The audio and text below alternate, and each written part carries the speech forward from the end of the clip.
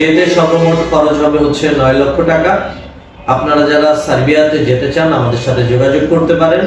আরো যদি কোনো প্রশ্ন থাকে সেগুলো আমাদেরকে করতে পারেন, আমরা ইনশাআল্লাহ চেষ্টা করব আপনাদের সকল প্রশ্নের উত্তরগুলো দেওয়ার।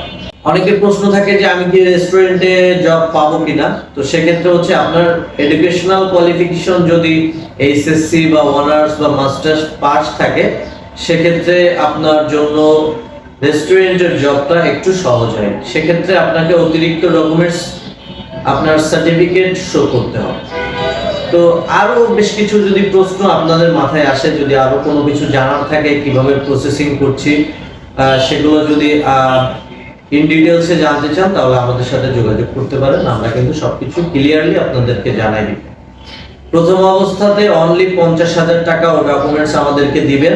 ওয়ার্ক পারমিট ওঠার পরে 1 লক্ষ টাকা দিবেন। ভিসা হওয়ার পরে